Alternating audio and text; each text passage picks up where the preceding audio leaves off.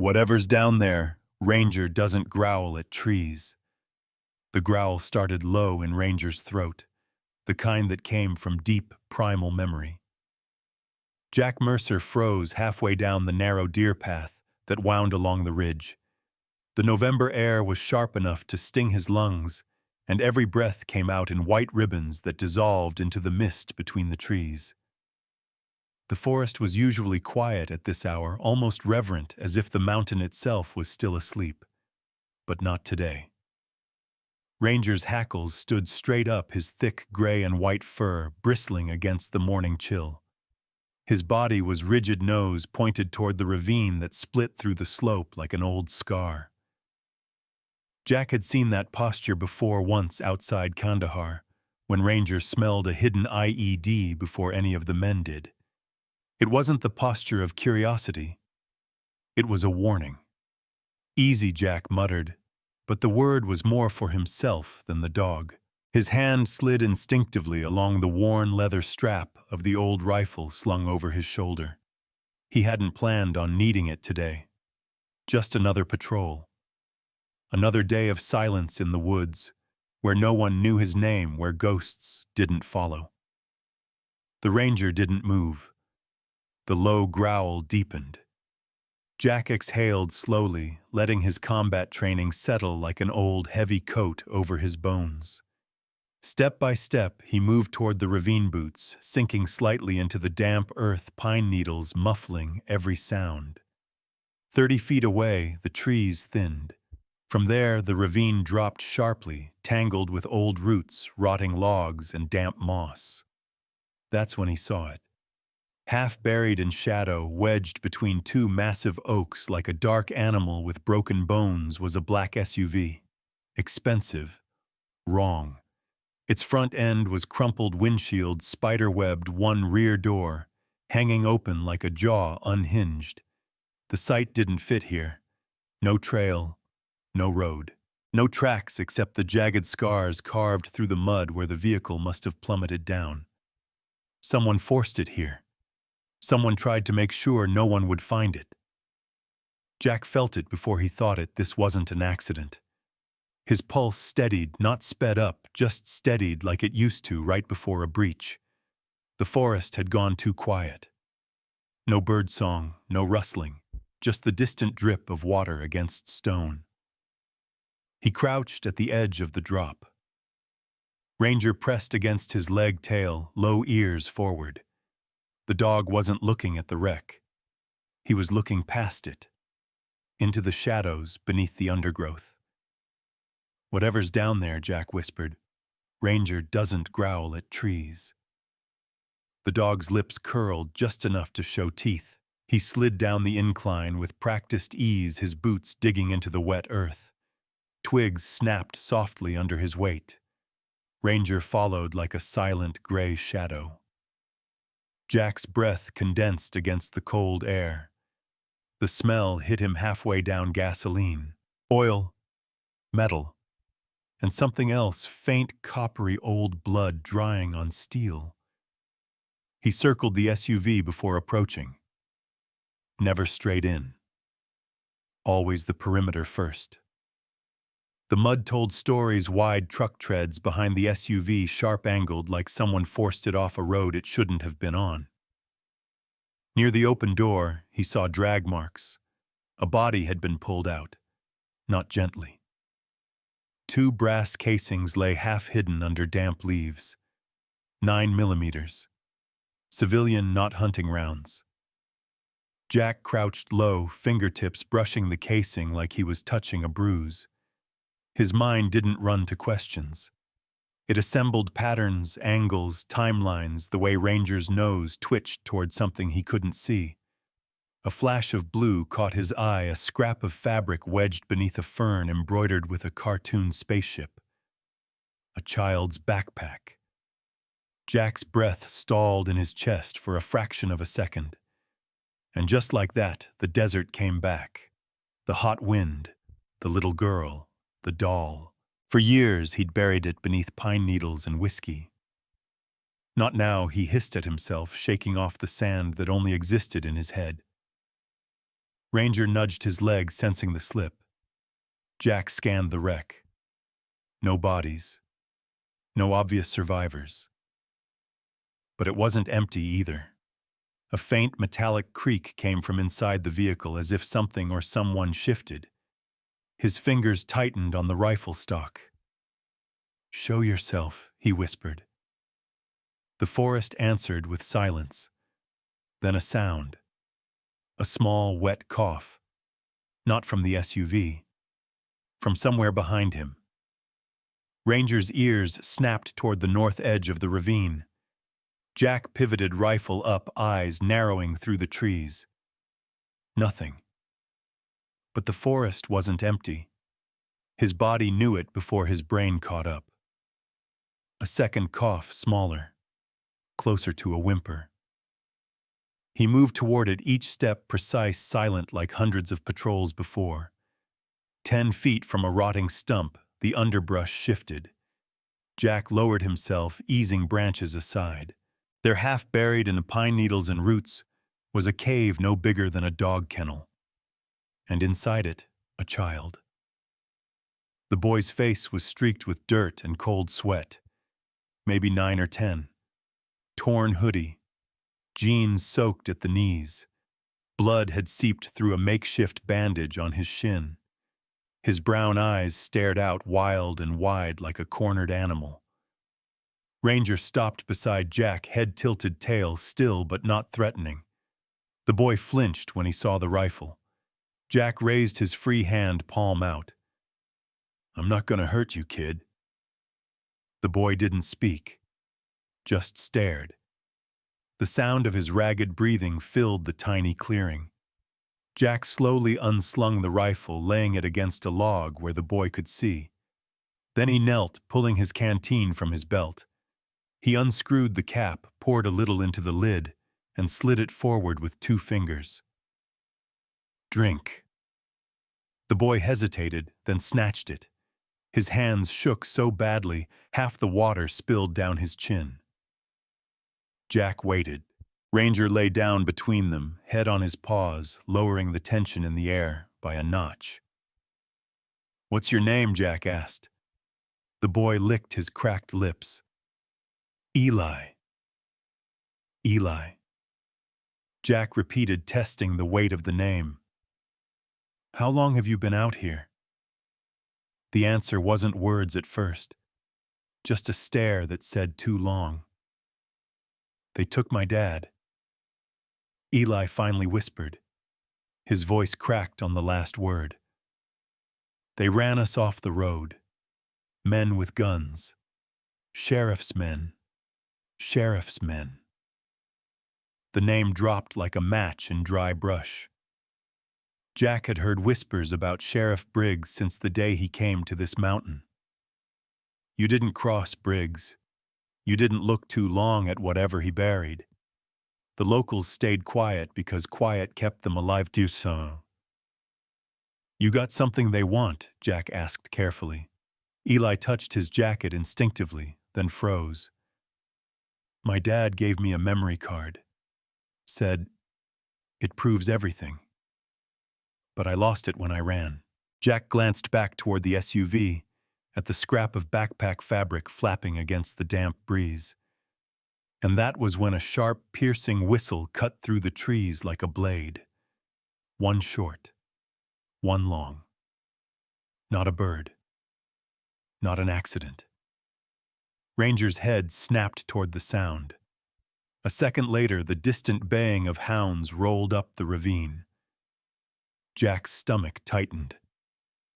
"They're coming," Eli whispered, shrinking deeper into the roots. His breath hitched like a trapped rabbit's. Jack's soldier mind clicked into place.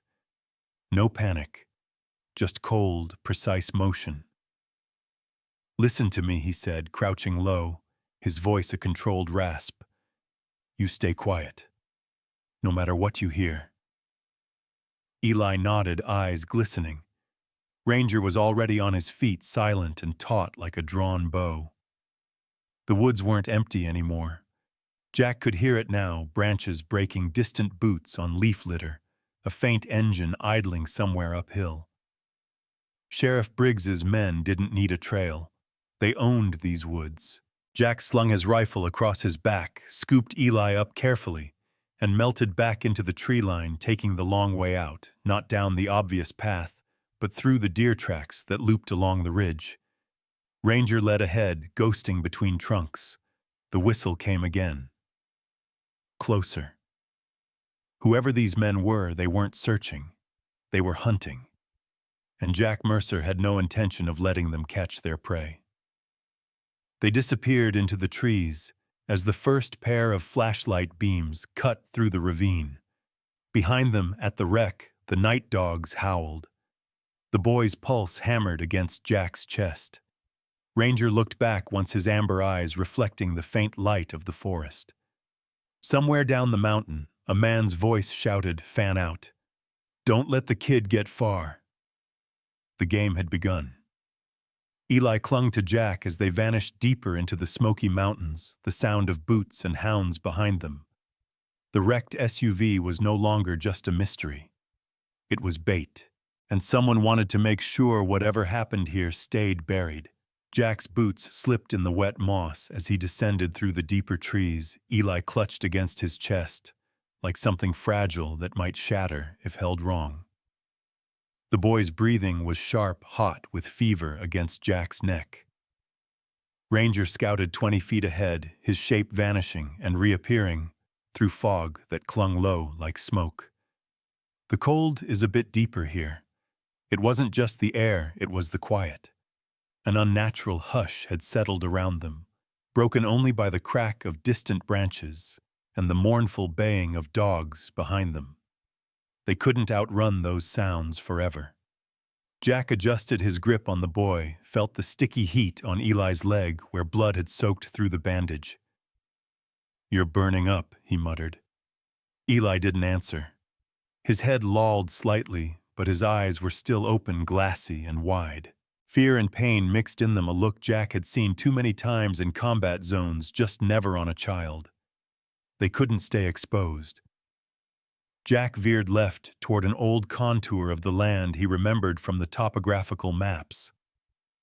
10 minutes later, they stumbled into a slight dip in the terrain. A windbreak. Natural cover.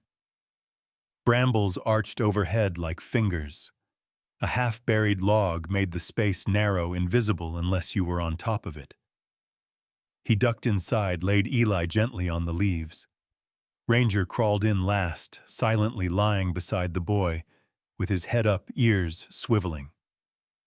Jack pulled off his coat and covered Eli. Then he crouched at the opening and waited, rifle balanced across his knees. The hounds were closer now, maybe a quarter mile. The whistles were sharper. The men weren't calling to each other. They didn't have to. They knew these woods. That made them dangerous.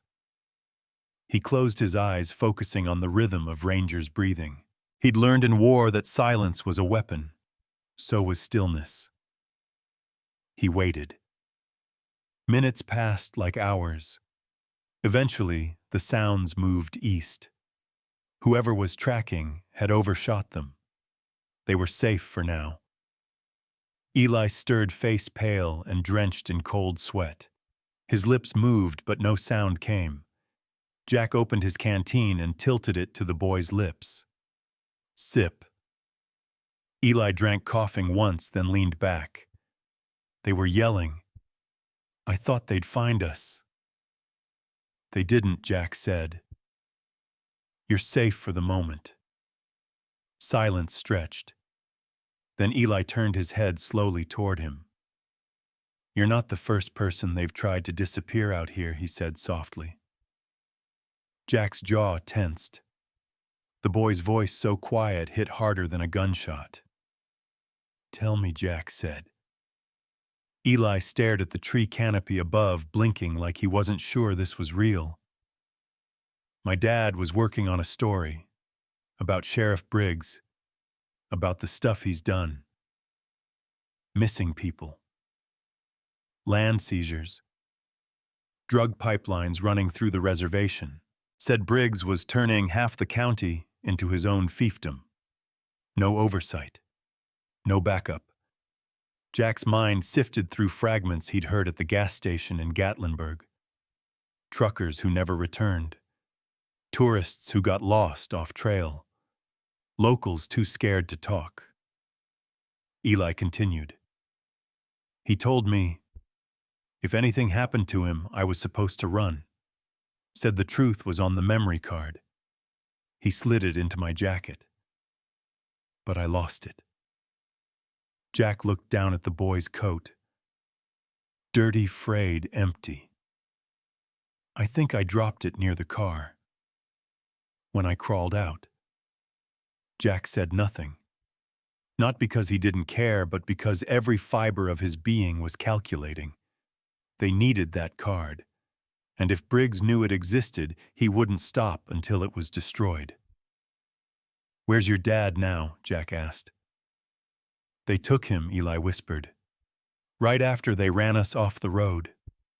They dragged him out. I hid and watched. His voice cracked. One of them said they were holding him until he gave up everything he knew. They were laughing. Said nobody would come looking. That Briggs ran the search parties too. Jack's stomach turned. These weren't criminals acting outside the law. These were the laws, twisting it, weaponizing it. Eli suddenly sat up, panic flashing in his eyes. They said something else.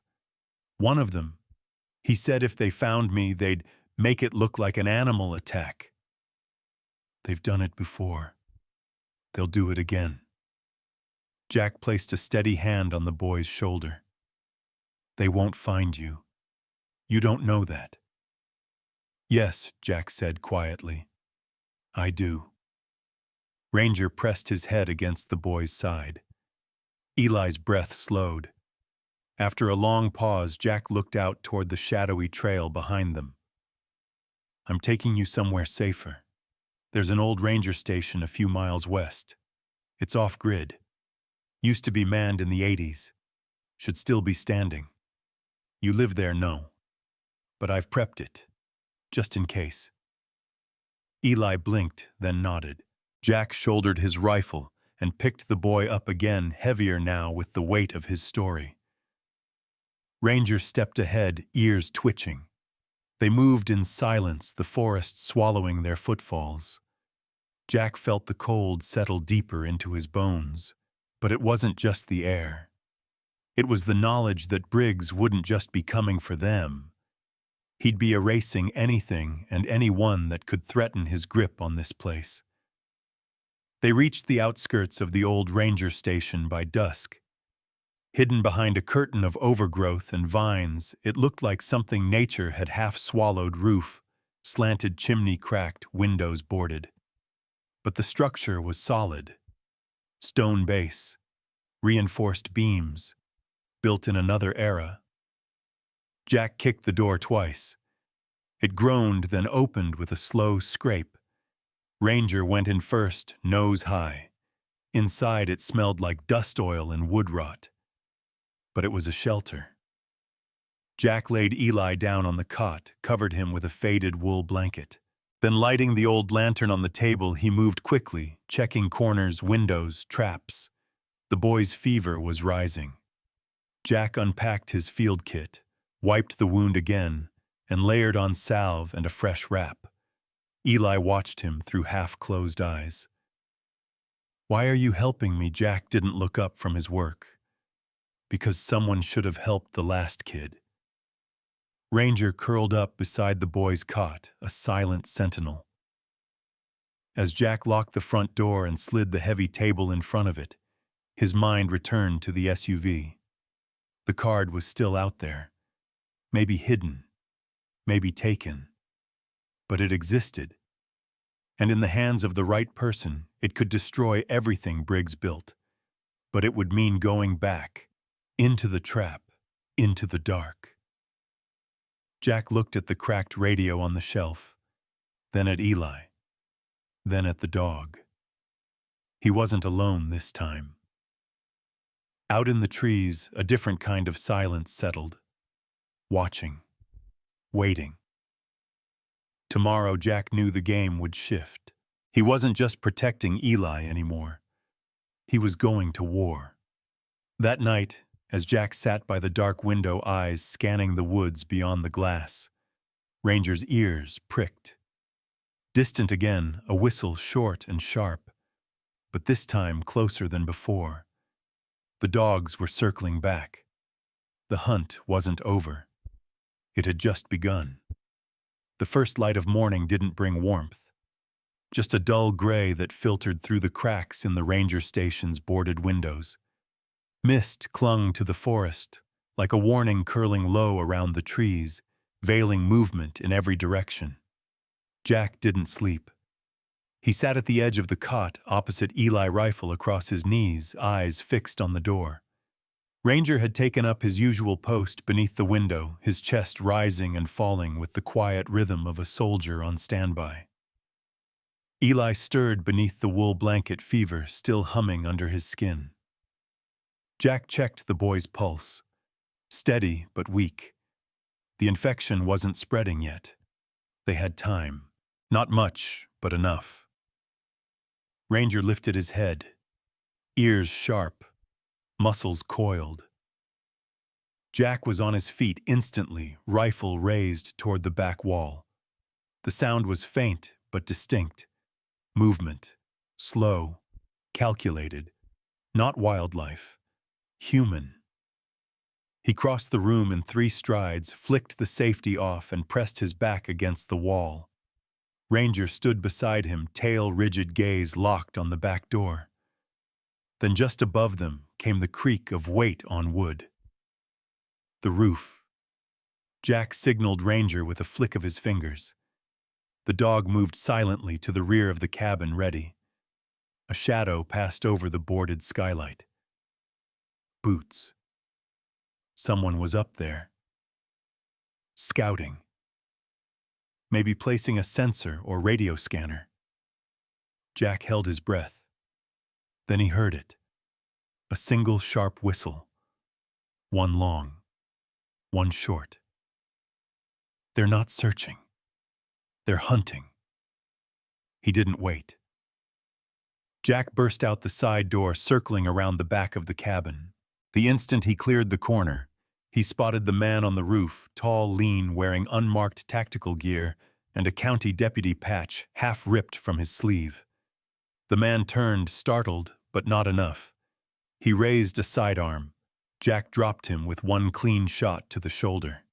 The deputy fell from the roof, crashing into the brush below with a grunt. Jack was on him before he could recover, boot on his chest rifle aimed square between the eyes. The deputy groaned, hand twitching toward the fallen pistol. Jack kicked it away. "Who sent you?" The deputy spat blood. "Briggs doesn't like loose ends." "Who else is with you?" "3 teams, he grunted. "North Ridge, West Slope, and Creek Bed. Dogs, too. They'll flush you out." Jack leaned in closer. "Why the roof?" "We were told you'd use the station. Briggs knows your type." That hit like a nail through the chest. Jack pulled the man's radio, crushed it beneath his boot, then yanked a red flare from the deputy's belt. He turned back toward the cabin. Ranger stood at the doorway, ears pinned, eyes locked. Jack tossed the flare deep into the woods. Within seconds, it hissed to life, red smoke curling upward high and visible through the thinning fog. "Let's give them a false scent," Jack muttered. Back inside, Eli was sitting up now, pale and confused. "What's going on? Change of plans," Jack said, grabbing the backpack he'd stored under the cot. "We can't wait here anymore. I thought you said this place was safe." "I said it was temporary." Eli looked toward the window. "They're close, aren't they?" Jack met his eyes. "Closer than I like." The boy swallowed. "I can run." "You don't have to carry me." Jack paused. It wasn't bravado. It was a survival instinct. The kind born of trauma, not courage. "All right," Jack said quietly. "But you stay between me and Ranger, at all times." Eli nodded. Where are we going? Old Deer Runs, off-grid, southwest. What about the memory card? Jack glanced out the window, watching the smoke drift like a scar across the sky. We're gonna get it. But we do it smart. They moved fast and low, using game trails so narrow, even deer had to bow their heads to pass. Ranger stayed in the lead, sniffing every step. Jack watched the dog's ears songs for changes, the best radar he ever had. Behind them, the sounds of the forest shifted. The dogs were moving, not wandering, tracking. Jack stopped at a bend, where the path narrowed against a rocky bluff. He knelt, placing his hand against the earth. Fresh vibration. 4 men. 20 minutes behind, he said. Eli looked back. How do you know that Jack stood? Boot patterns. Echo. Rhythm of movement. You were like a ranger or something. I was something. They pressed on.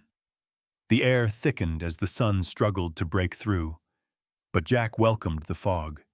It bought them time. At a dry creek bed, he motioned for them to stop.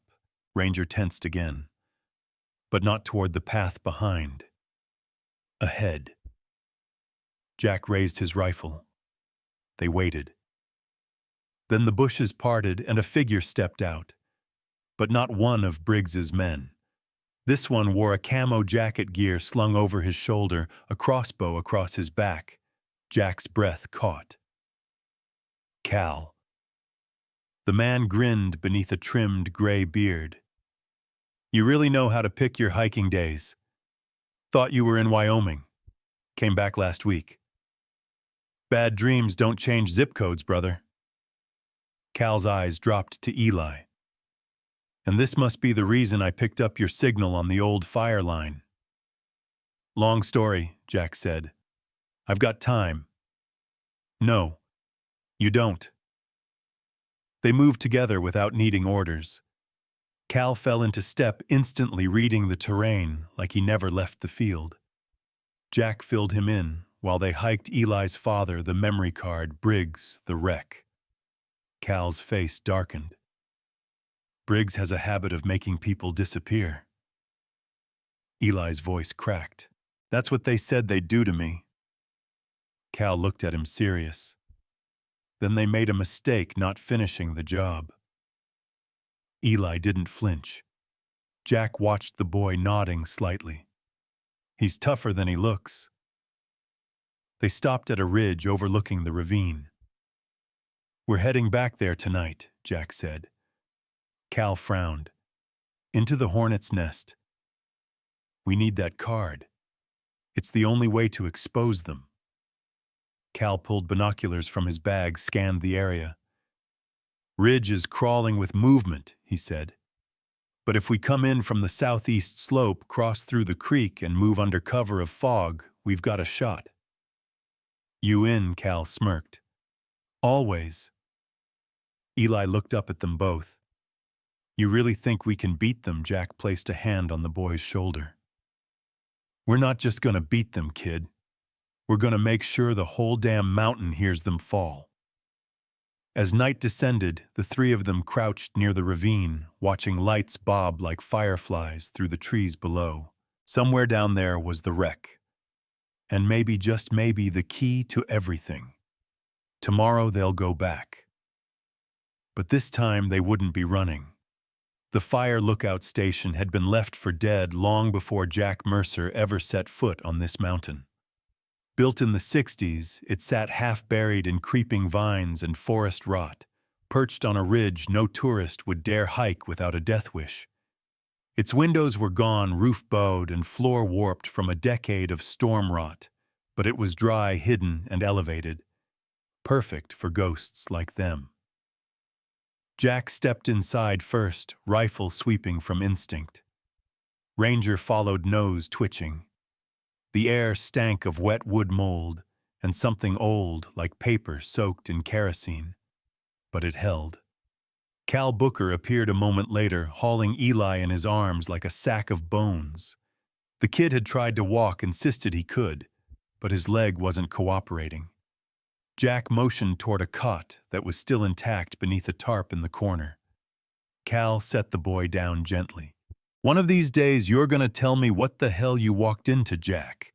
"I didn't walk into it," Jack said, checking the perimeter. "It landed in my lap." "You always did attract the wrong kind of trouble." Jack didn't argue. He wiped sweat and grime from his face with a rag, then dug into the emergency stash he'd buried here years ago. A box under the floorboard still sealed with duct tape and paranoia. Inside, a field radio, 3 MREs, a water purifier, a few flares, and a military-grade trauma kit. He pulled the radio out first. Dusty, cracked, but not beyond saving. Cal was already poking around the cabin's interior. "I still can't believe this place is standing." "I reinforced the frame back in 18, Jack said, plugging the radio into a portable solar charger. "Didn't think I'd need it. Just couldn't let it rot." Cal raised an eyebrow. "You were prepping for war back then, or just couldn't let go?" Jack didn't answer. Eli shifted in his sleep, whimpering. Fever dreams again. Jack stepped over and laid a hand on the boy's forehead. Still warm, but not spiking. They'd bought a little time. Cal leaned against the doorframe, arms crossed. "So you're gonna tell me what really happened out there? The SUV, the boy, the card?" Jack kept his voice low. "Briggs ran them off the road. Eli's dad's a journalist, probably the only one in this region with the balls to dig too deep. He found something. Gave Eli the memory card right before they took him. And the card's still at the crash site. Or taken." "Hell," Cal muttered. "That kid's lucky he made it out." "Not luck," Jack said. "Survival instinct." Cal sat down on the broken chair, cracked a smile. "Reminds me of you. Back in Helmand. You remember that village raid?" Jack nodded once, jaw tightening. "Don't." Cal raised both hands. "Hey, I get it. I'm just saying. You might see a lot of yourself in this kid. Might be why you're going this far." Jack looked out the broken window, watching the wind stir the trees like restless hands. "I couldn't save the last one," he said. "Not again." Cal went quiet. They worked in silence after that, cleaning the boy's wound again, rationing water, scanning the horizon for movement. Around midnight, the radio crackled to life, spitting static across the empty cabin. Jack turned the dial slowly, not expecting contact, but hoping. A burst of code bled through, short, then long, then 3 pulses. Cal looked up. "That's not an emergency broadcast." "No," Jack said. "That's a ranger signal, someone local. You think it's one of Briggs's?" Jack shook his head. "Wrong frequency. Too clean." Ranger growled softly near the window. Seconds later, a figure appeared outside just beyond the tree line. No flashlight. No sound. Jack raised his rifle, but didn't fire. The figure moved slowly, hands open, unarmed. She stepped into the pale moonlight, tall, lean, in a ranger jacket with faded patches. Cal tilted his head. "Well, I'll be damned." "Nina Redfeather," Jack said under his breath. The door creaked as she entered, closing it behind her.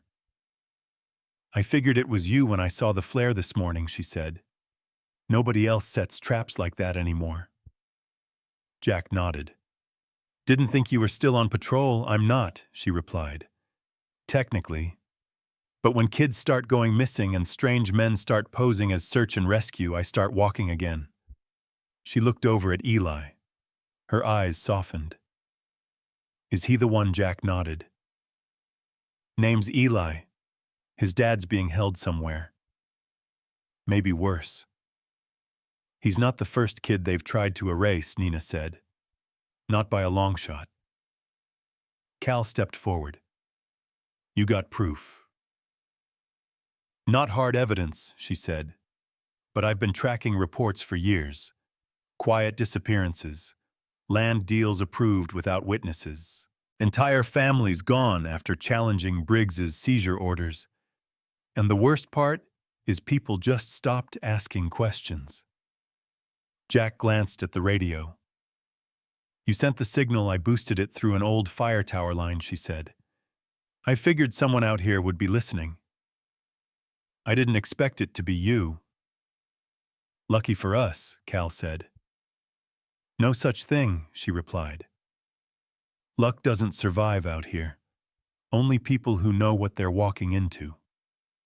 She handed Jack a folded map, detailed annotated, and marked in red ink. These are his patrol zones, movement patterns, radio dead spots. If you want to go back to the ravine, this is the only way you can make it out. Jack unfolded it, eyes scanning the topography. The red lines traced routes only someone with deep terrain knowledge could know. She'd been watching, waiting. This mountain remembers everything, Nina said softly, including what men try to bury.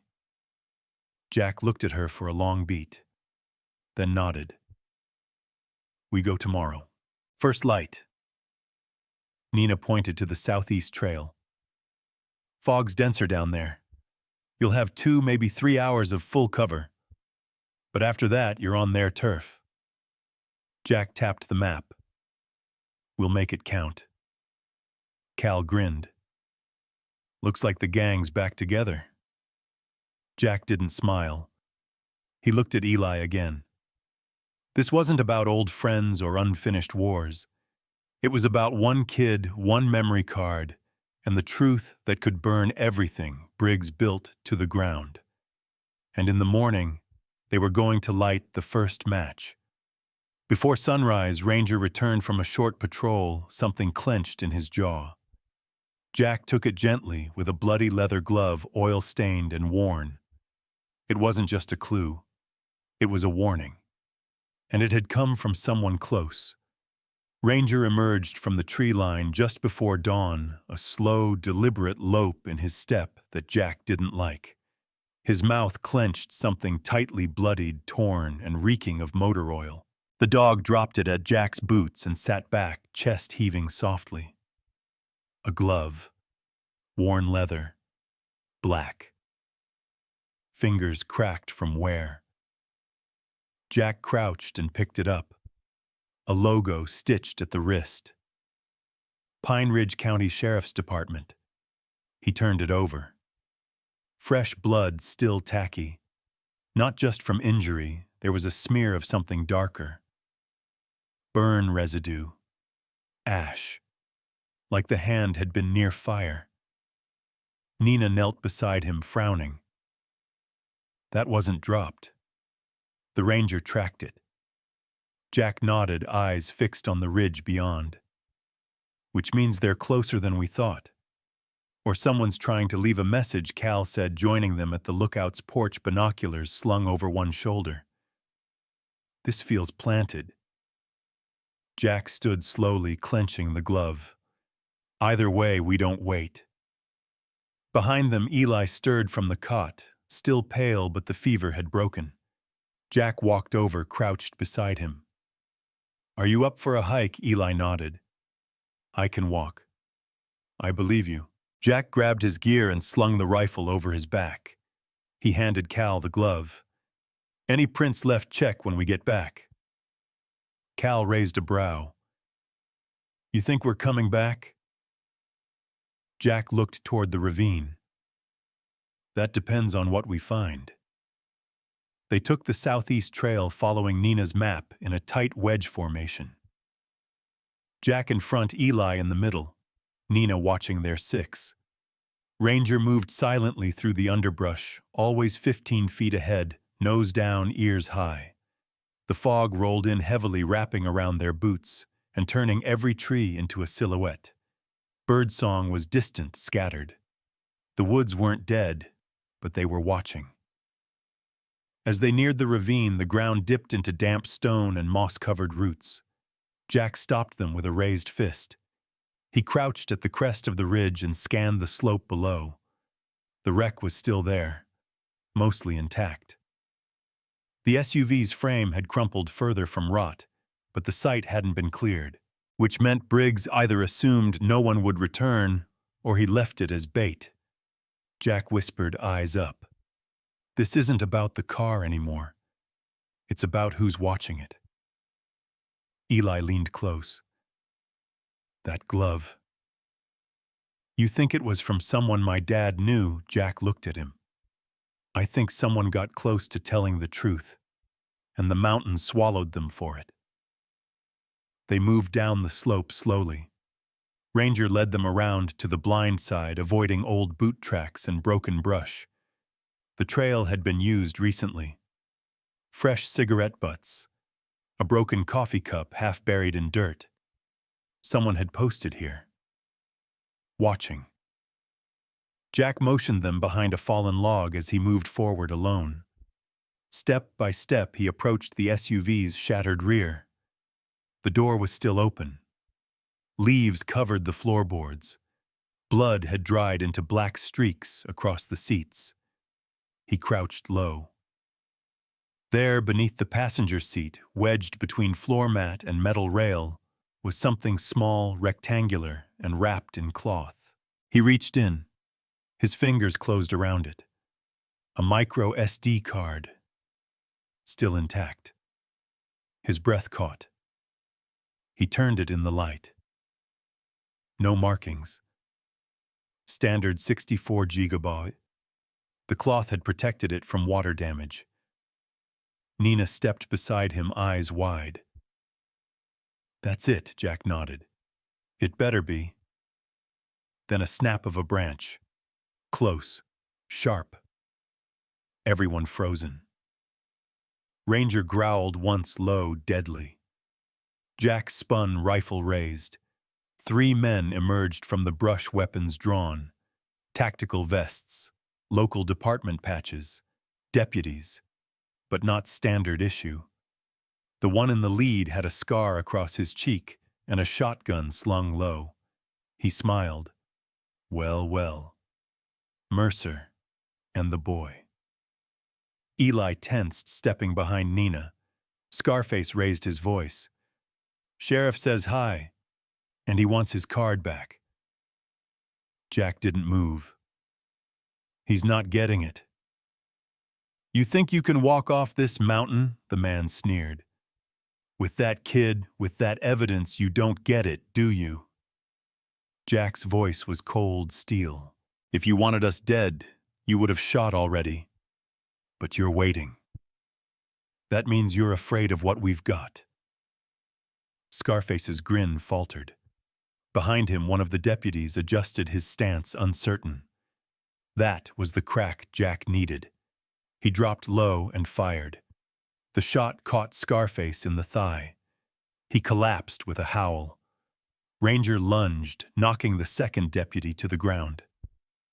Nina fired at the third man, her round grazing his arm and sending him sprawling. Chaos erupted. Cal emerged from the trees behind them, unloading a short burst from his rifle that split the brush in 2. The remaining deputy dropped his weapon and ran. Go, Jack barked. Back up the ridge, Eli scrambled ahead. Nina hauled him behind a fallen tree as Jack and Cal laid down cover. Scarface groaned, trying to reach for his sidearm. Jack walked up to him, kicked the gun away, and leaned in. You tell Briggs something for me, he said. You had one shot to disappear this clean. He held up the SD card. Now it's my turn. They pulled back up the ridge, cutting into the deeper woods. Cal dropped behind to obscure their trail with false prints and dragged branches. When they reached the halfway point, they stopped at an old rock outcrop. Jack checked the card again. Still dry. Still safe. Eli sat beside him, shaking, but alive. You really think this card can stop him? The boy asked. Jack nodded. No. But it'll start the fire. Nina crouched nearby, patching her arm. We'll need help. Media, FBI, someone outside this county. Jack looked toward the west. I know someone, but it means leaving the mountain. Eli blinked. What if he tries to take it back? Jack placed the card in a waterproof pouch and slipped it into a steel box in his bag. Then we don't let him. That night, they didn't go back to the lookout. They camped in silence beneath a rock overhang, fireless, huddled close. The card was safe for now, but Jack knew what came next wouldn't be a chase. It would be a siege. In the distance, a convoy of unmarked trucks moved under cover of darkness, headed toward the outer edge of town. Sheriff Briggs wasn't sending a search party anymore. He was preparing for war, and this time he was bringing it to them. The sky burned copper as morning broke over Pine Ridge, but it wasn't sunlight that stirred the mountain. It was engines, low, guttural, and many. Jack knelt at the crest of a hill with Ranger beside him, both still as statues. Below, just outside the tree line, a convoy of matte black trucks rolled through the access road with no license plates, no sheriff insignias. But Jack knew the men inside. They were Briggs's private muscles, not deputies. Mercenaries. The kind you call when laws become inconvenient. He tracked the movement through binoculars. 3 trucks, at least 10 men, all armed. One of them was stringing up portable cell jammers from a tall pine, another rigging a drone to launch. Jack's jaw tightened. They're cutting off communication, he muttered. Cal crouched beside him, peering through his scope. You think they picked up our trail from the ravine? No, Jack said. I think Briggs stopped playing sheriff. He looked back toward the rock outcrop where Nina and Eli waited out of sight. Nina had taken first watch while Jack and Cal scouted the perimeter. The boy was tucked under Nina's old ranger jacket, eating what remained of their food. Jack didn't like the timing. We won't outrun them this time, Cal said grim. Not with that kid's leg. Jack lowered the binoculars. We're not going to run. Cal glanced over. You got a plan? Jack looked down at the trucks again. His voice was low, solid. They think they're hunting us. Let's remind them what it feels like to be hunted. Back at camp, Jack spread out the topo map over a flat rock. Nina leaned over it, tracing her finger along a route to the old hydro station near Bear Creek. It's decommissioned, she said.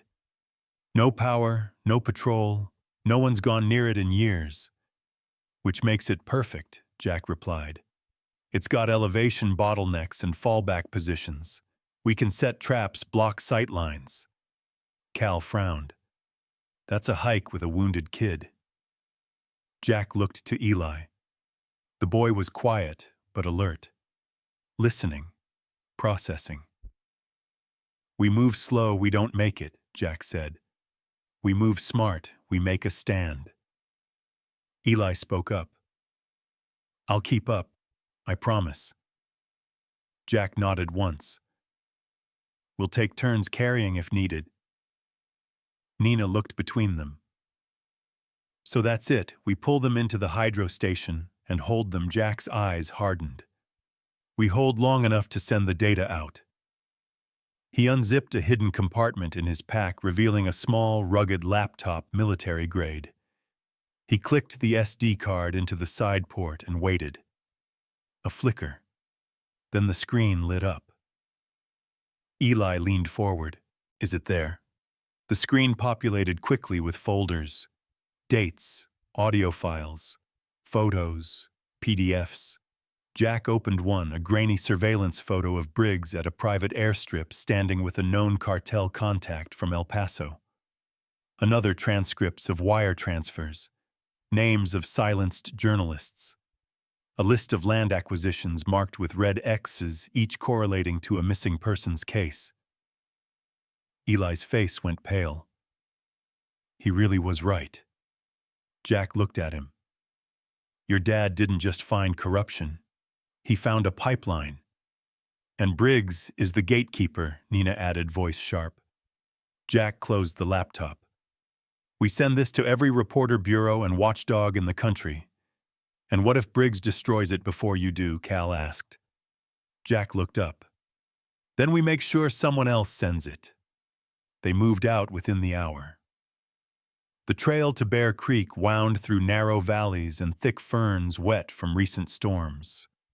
Jack and Cal took turns carrying Eli when the trail got steep. Ranger ran perimeter loops, ever watchful ears, perked like antennae.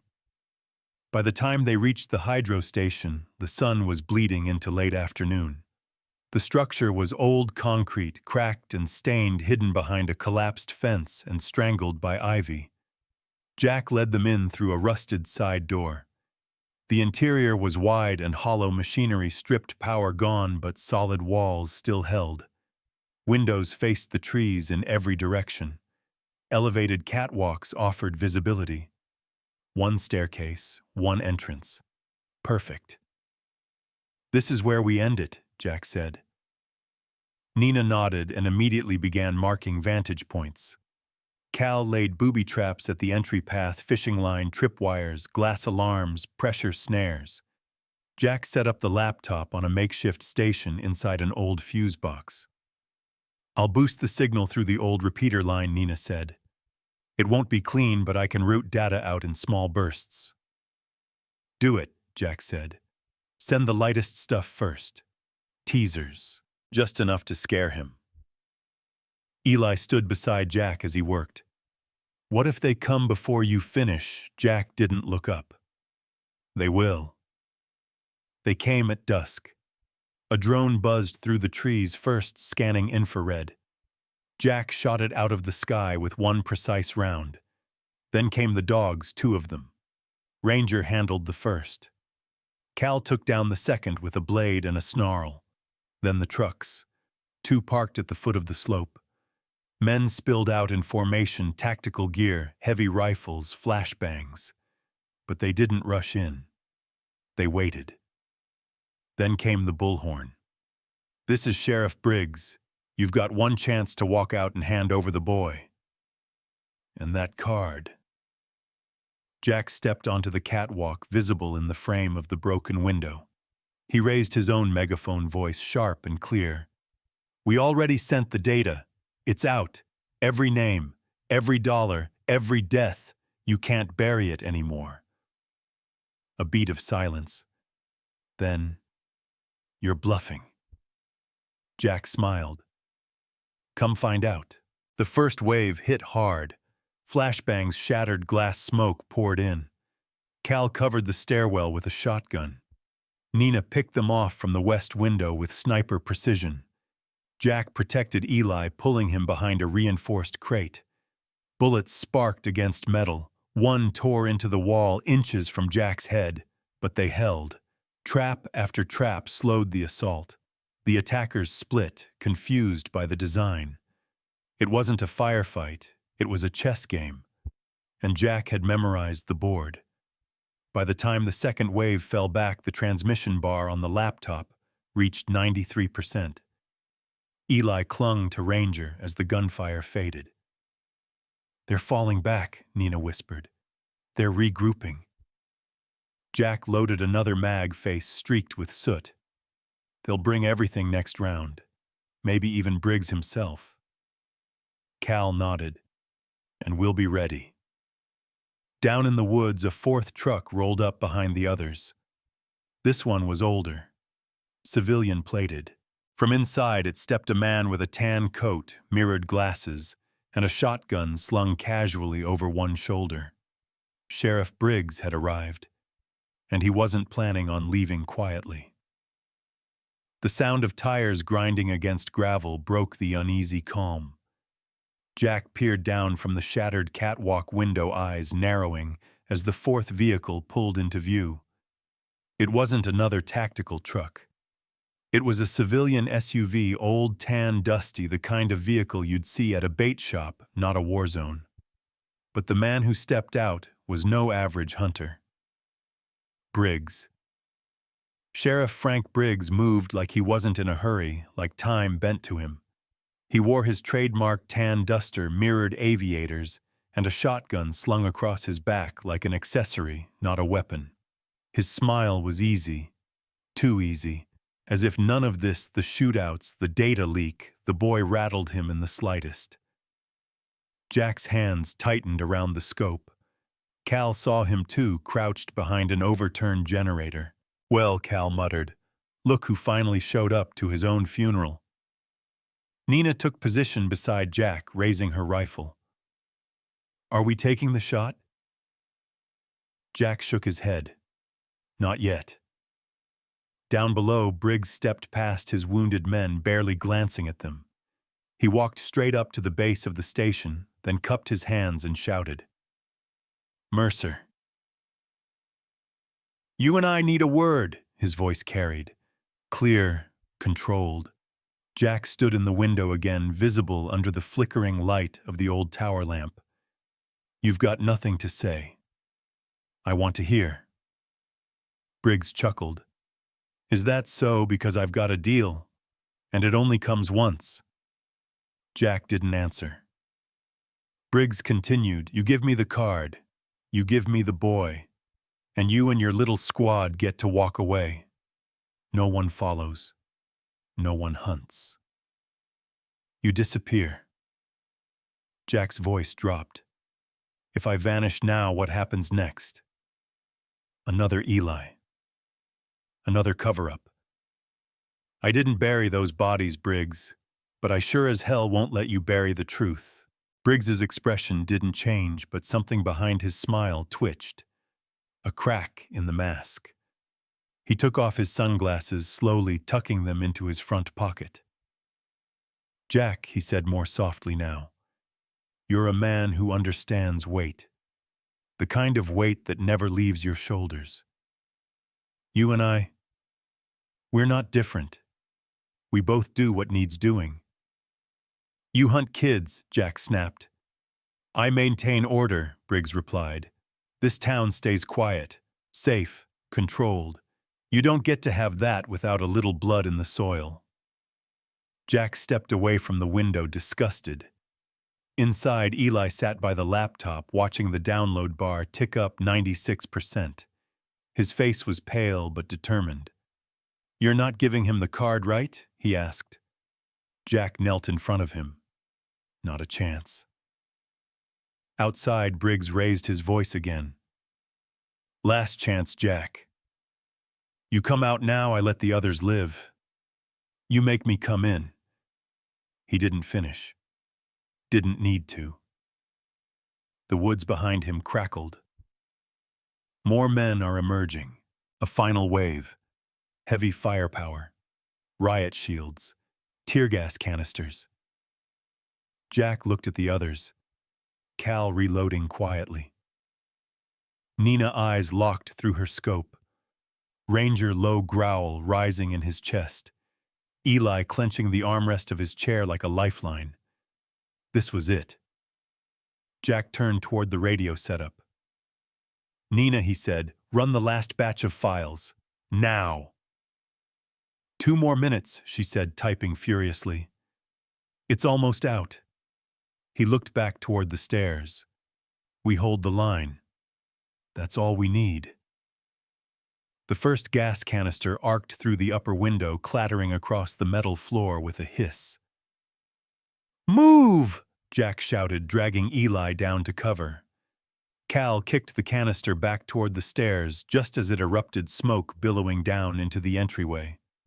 Shadows moved behind it, 3, 4, 5 figures. Gunfire erupted. Cal dropped one before they cleared the smoke. Nina hit another through a narrow gap between steel beams. Jack aimed low, kneecapping the lead attacker before he got to the catwalk. But one made it through. He charged toward Eli, weapon raised. Ranger launched from the shadows, slamming into the man's chest and dragging him down. They hit the floor hard, the man screaming as teeth tore through Kevlar. Jack pulled Eli behind cover. "Stay low. Don't move. I can help, Eli said, voice tight. You are helping. Just survive. Downstairs, Briggs barked orders like a general. More men flooded in. They weren't trying to scare Jack anymore. They were trying to end him. The battle lasted 9 minutes.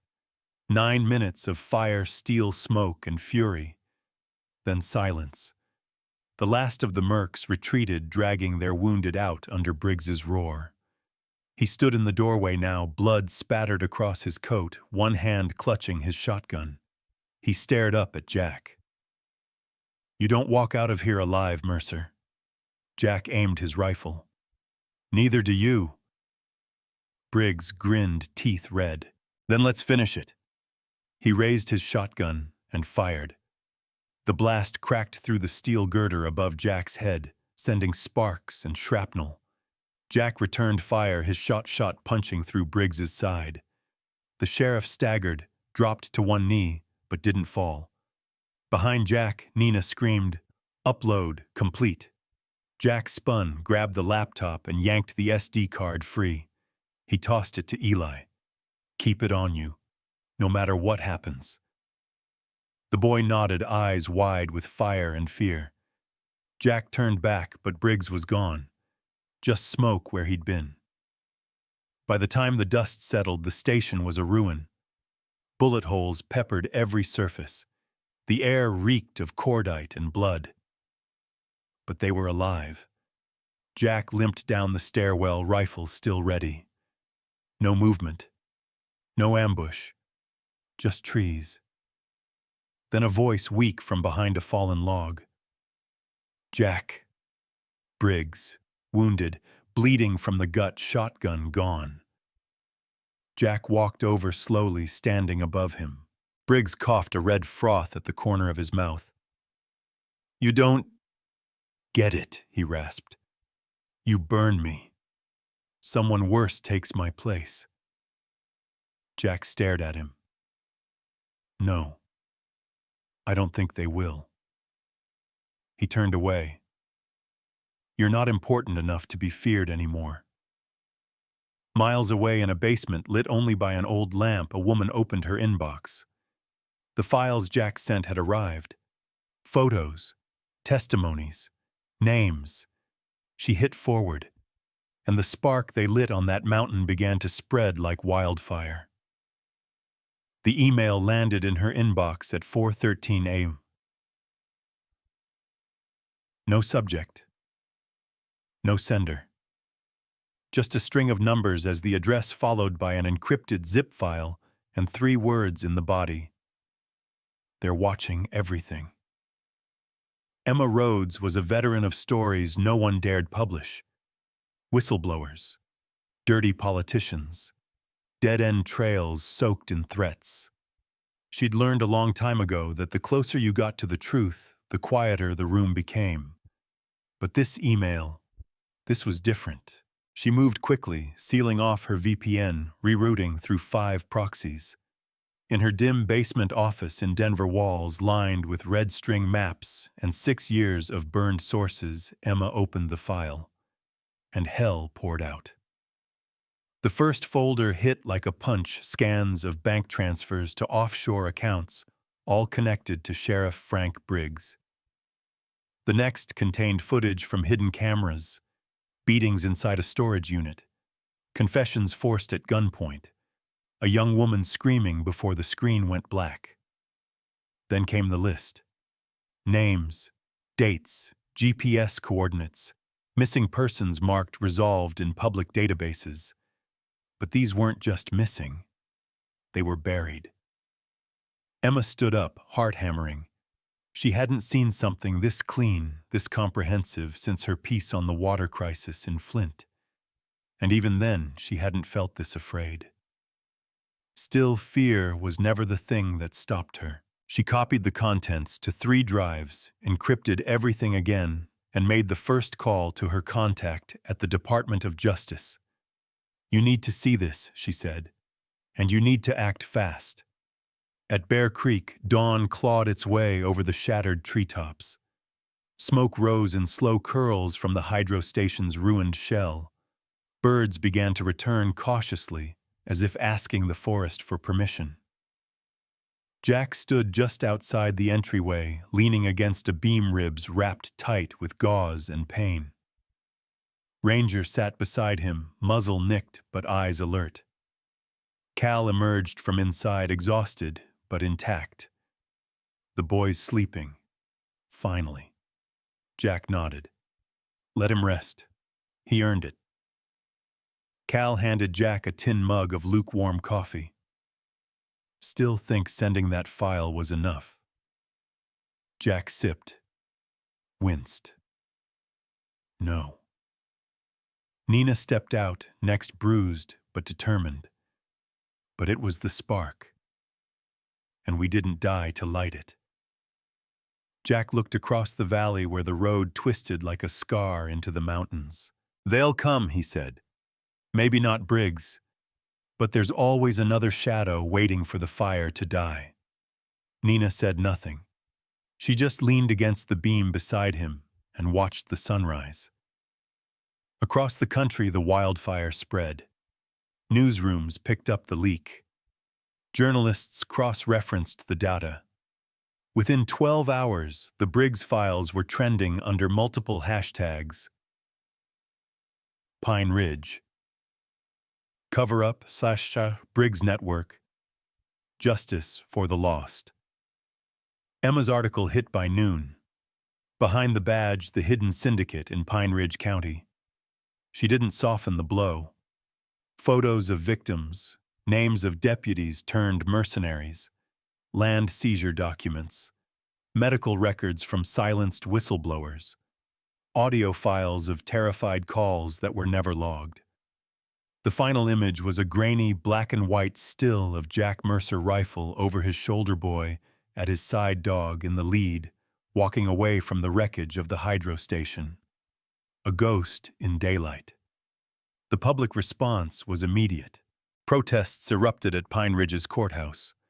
DOJ launched an emergency investigation. Independent forensic teams were deployed to search the GPS sites from the leaked files.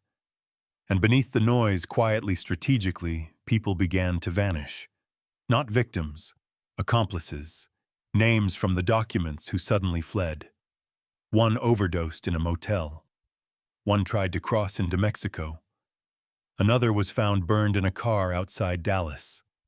Someone was tying off loose ends, and they were late. 3 days later, in a farmhouse just south of the Colorado border, Jack sat with Eli on a front porch overlooking dry fields and distant ridgelines. The air smelled like cedar and dirt. Safe for now. Eli held the dog tags Jack had given him. His hands had stopped trembling. The bruises were fading. You think it'll stop now? The boy asked. Jack didn't answer right away.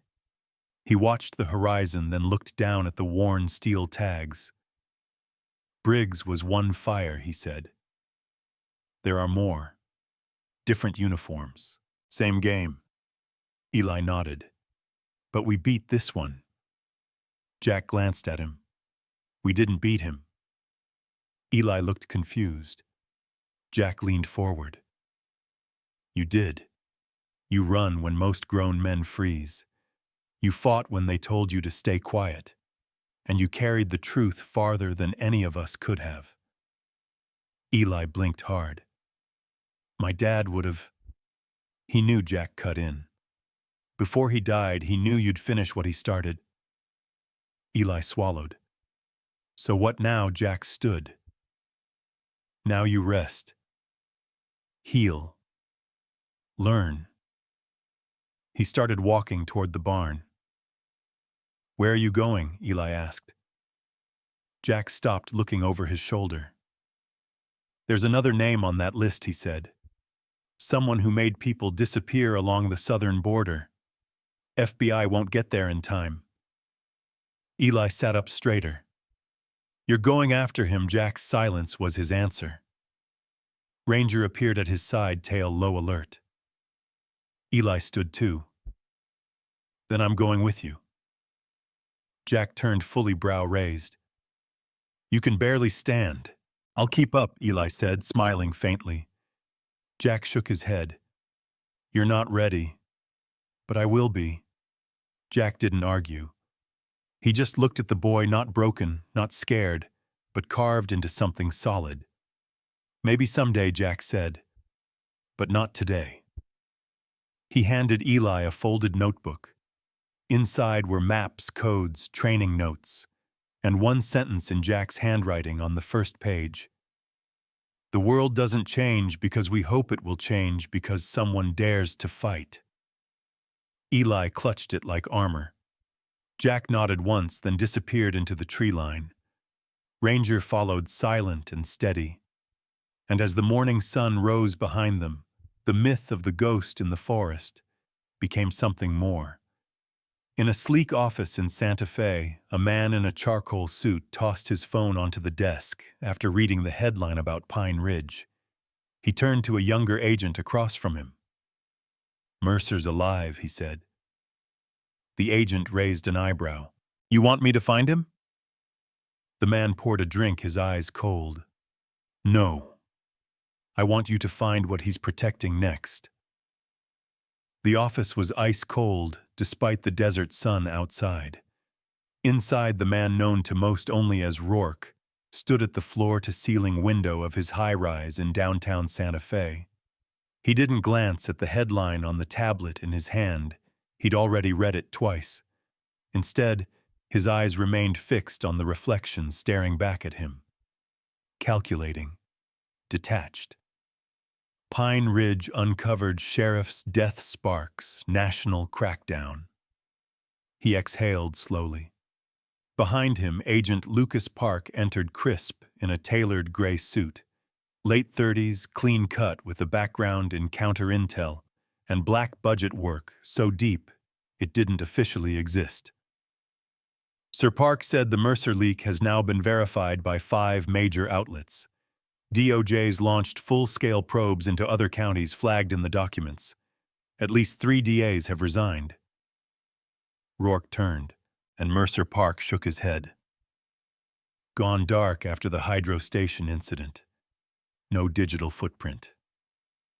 Satellite imagery caught what might have been him near Trinidad, Colorado, but it's not confirmed. Rourke moved to his desk, tapped the corner of a sleek black monitor. A map of the Southwest blinked to life, hotspots glowing like veins beneath skin.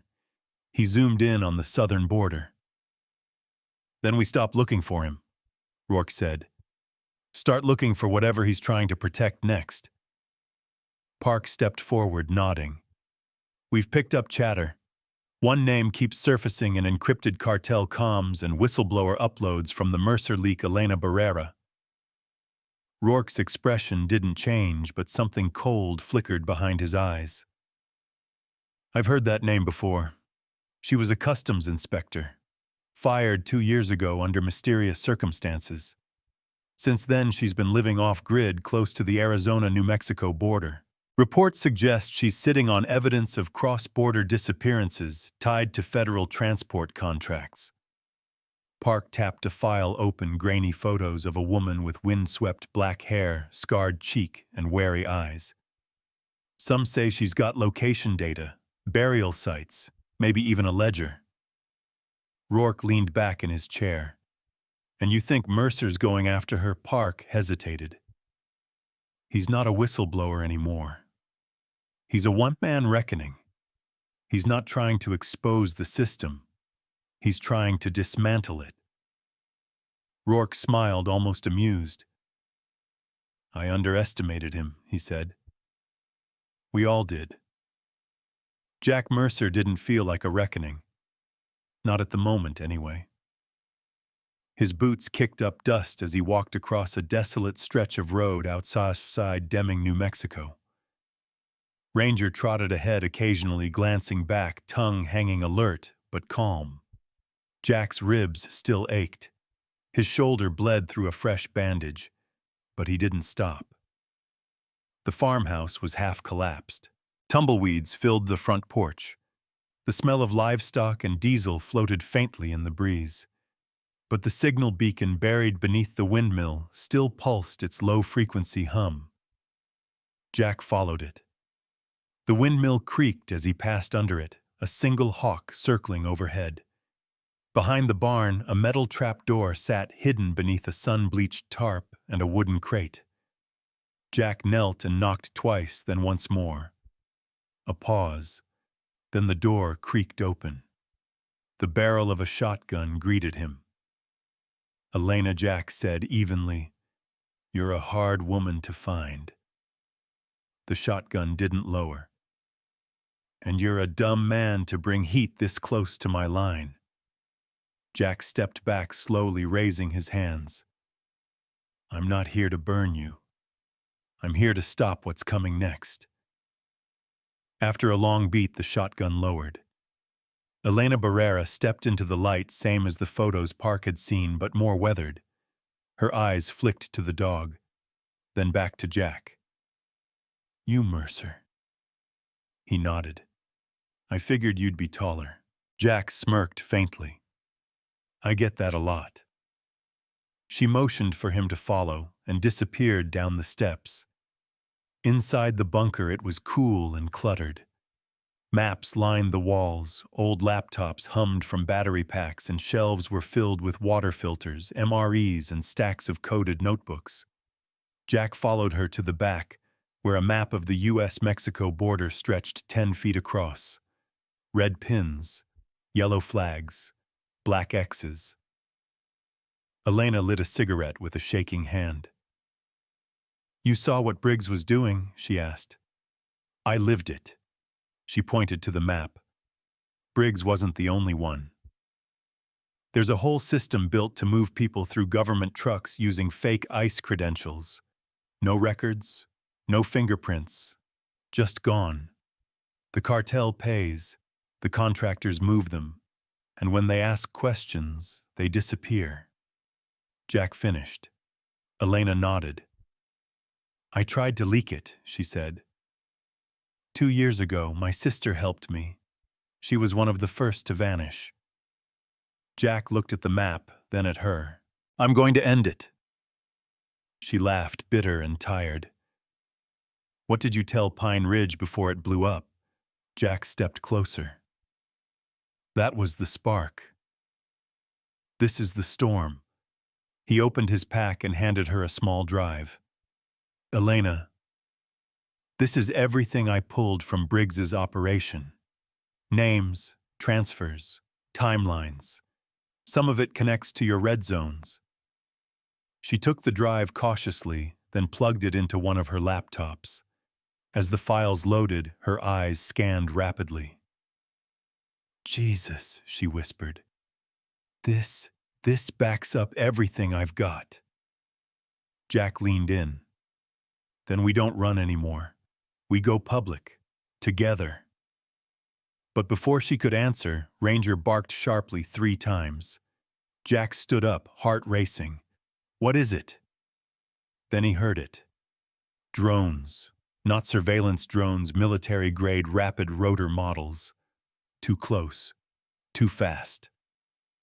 Jack rushed to the console, killed the laptop feed, and pulled the drive. "Elena, we have to move. Now. But they're not coming to scare you. They're coming to erase you."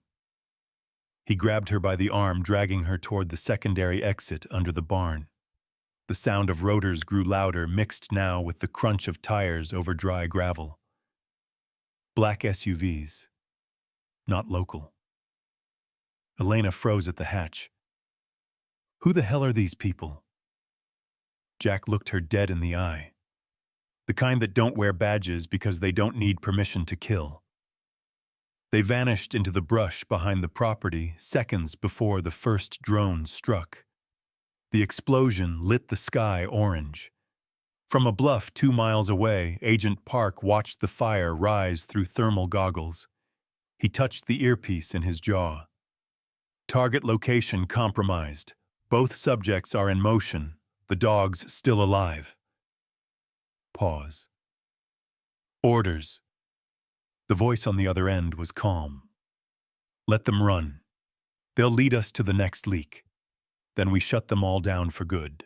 Night cloaked the desert in a black veil as Jack and Elena moved across the open plain, staying low between sand dunes and dry creek beds. The flames from Elena's bunker still painted the horizon in orange and smoke casting long shadows behind them. Ranger flanked close ears up, constantly scanning. They didn't speak for miles. Every breath was rationed, every step chosen. It wasn't until they reached an abandoned gas station long buried under sand and graffiti that Jack motioned to stop. Inside, Elena collapsed onto a torn booth seat, chest heaving. Jack locked the door behind them and scanned for motion sensors or heat signatures. Clear, for now. "You good?" he asked. She wiped soot from her cheek, nodding. "I've been worse." Jack crouched beside a broken vending machine and pulled out a canteen. "Drink." She did greedily. "Who the hell were they?" she asked. Jack didn't answer immediately. He stared out the broken window at the horizon where dust still lingered. "They're off-the-books government contractors. No names, no files. They don't just erase people, they erase history. And if they're after you, Elena, that means what you have could break more than just Pine Ridge." She swallowed hard. "They torched everything. My backups, the drives, even my sister's necklace. That necklace had a chip in it." Jack reached into his jacket and pulled out the drive he'd yanked from her laptop before the blast. "Not everything." Her eyes widened. "You carried this?" she asked, shocked. "You could have been killed." Jack just shrugged. "So could you." She took it slowly, hands trembling. "I need time to decrypt the rest," she said. "A safe place to do it." Jack nodded. "I know one." Back in Santa Fe, Agent Park stood in front of a burnt-out shell that used to be Elena's safe house. The fire crews had long since left. What remained was blackened debris and twisted steel, but no bodies. His phone buzzer. Still breathing, he said into the receiver. "They got out. Mercer had help." Rourke's voice crackled back. "Where are they going?" "I have a guess," Park said. "There's only one place in this region old enough, remote enough, and wired enough to finish her work."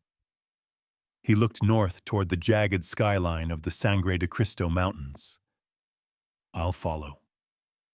Rourke was quite a beat, then said, "Don't engage unless confirmed.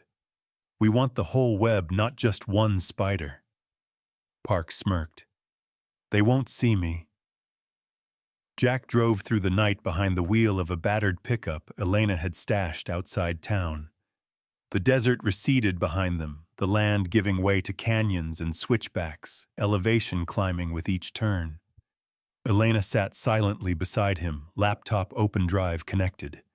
The screen blinked with lines of code and a real-time decryption feed. "What's in it?" Jack asked without looking away from the road.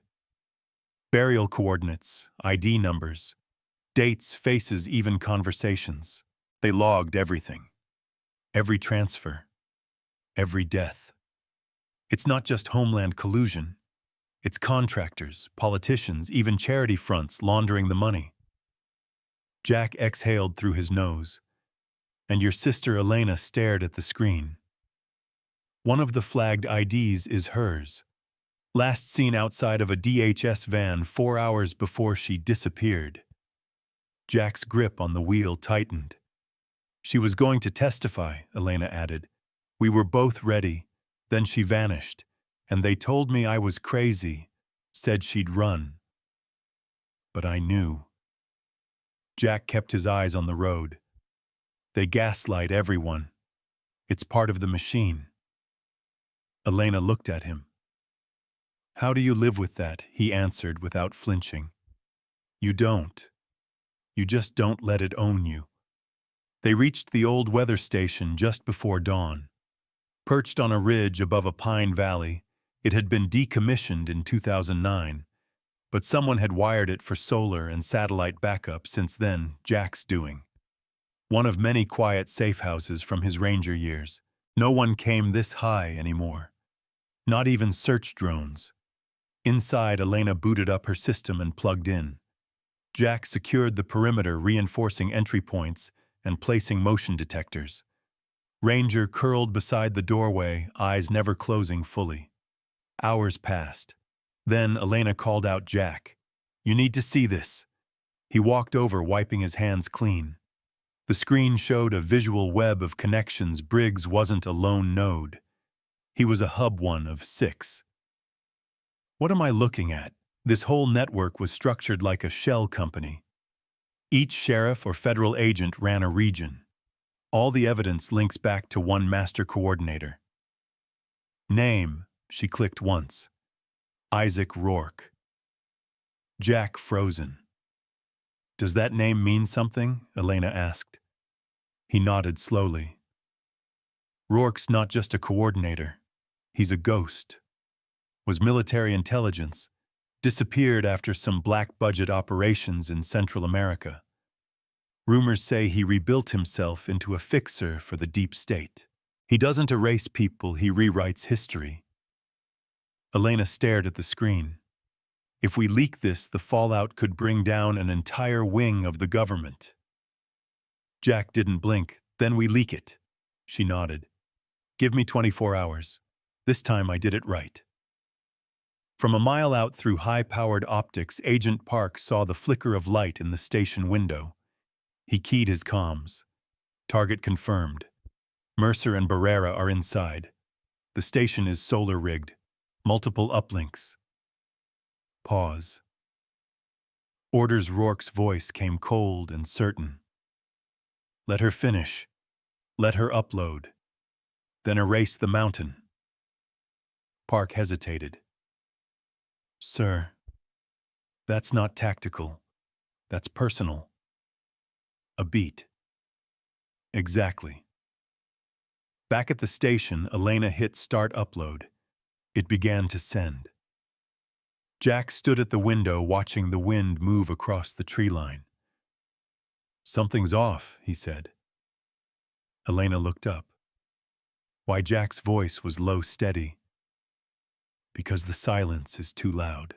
And that's always how it feels right before something burns." 2 hills over Park opened a long steel case and assembled the targeting beacon. Behind him, a stealth drone locked into orbit above the ridge. Elena's truth was about to reach the world, unless they stopped it with fire. Dawn broke like a bloodshot eye over the Arizona horizon. The road to Flagstaff stretched empty in both directions, 2 cracked lanes of sun-baked asphalt and silence. Jack gripped the wheel of the rusted Ford he'd hot-wired outside a Navajo truck stop, his knuckles pale. Elena sat in the passenger seat, her arm in a makeshift sling, sweat beading on her brow. Ranger rested in the back seat, head down, ears twitching every time the wind shifted. The desert wasn't still. I watched it. "We've got maybe 15 minutes before they know where we're headed," Elena said, voice hoarse. "The backup's in the pendant. I just need 5 on a clean line. That's all." Jack nodded. 5 minutes, he repeated. "You'll get 10. She looked at him. "You know what happens after this, right?" He didn't answer right away. Just stared at the empty stretch of road ahead. "Doesn't matter what happens to me," Jack finally said, calm and absolute. "What matters is that the truth doesn't vanish with the people who tried to tell it." They hit the edge of Flagstaff by mid-morning. The ranger station sat on a wooded hill just outside town, a relic from the Firewatch days now used only during dry season. Solar-powered, hardwired for emergencies. Forgotten. Perfect. They parked behind the tree line and approached low and quiet. No drones. No agents. Yet. Inside the station smelled of dust and cedar. Jack cleared the upper floor rifle ready. Elena found the satellite terminal, pulled the pendant from around her neck, and plugged it in. Her fingers flew over the keys. Jack paced.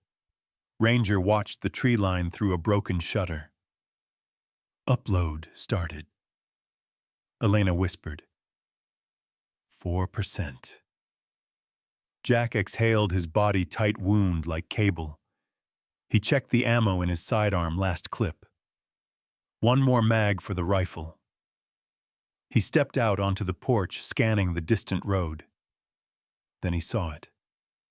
Dust. 3 black SUVs, engines growling like thunder. Behind them, an armored vehicle. Military issue. He turned inside. They're coming. Elena didn't stop typing. 12%. Jack took his position at the porch railing. The first shot rang out before the vehicles stopped. A sniper round cracked through the edge of the roof, inches from his head. He returned fire, clipped a side mirror, and forced the lead SUV to swerve. Ranger darted between cover, barking furiously. Inside, Elena pressed deeper. 22%. Jack shouted, "You have to go faster. They're jamming local signals. I'm rerouting through 3 satellites." The armored vehicle rolled forward, turret rotating. Jack dove from the porch just as it fired. An explosion ripped through the front of the station, splinters of wood raining down like hail. Elena shielded the drive with her body hunched over the terminal. 35%, she whispered. Outside, Jack crawled toward cover, lifted his rifle, and fired again. One of the SUVs erupted into flames. Screams followed. He ducked back as a barrage of rounds tore through the pine trees. Back inside, the terminal flickered. 60%. Ranger lunged from the shadows, taking down a soldier who had flanked through the north side. Another came from the south. Jack spun and dropped him mid-step. His shoulder bled again. His vision blurred. 83%. The armored vehicle charged forward, its wheels crushing trees, metal grinding over stone.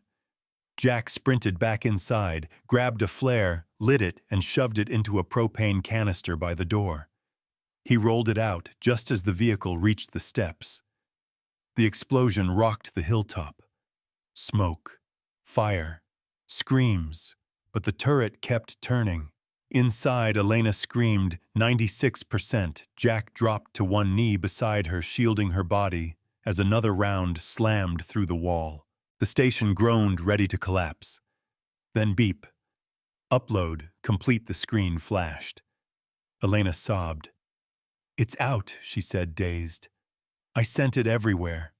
Cloud drives, newspapers, law firms, universities, Reddit, pirate sites, even the damn Vatican archive."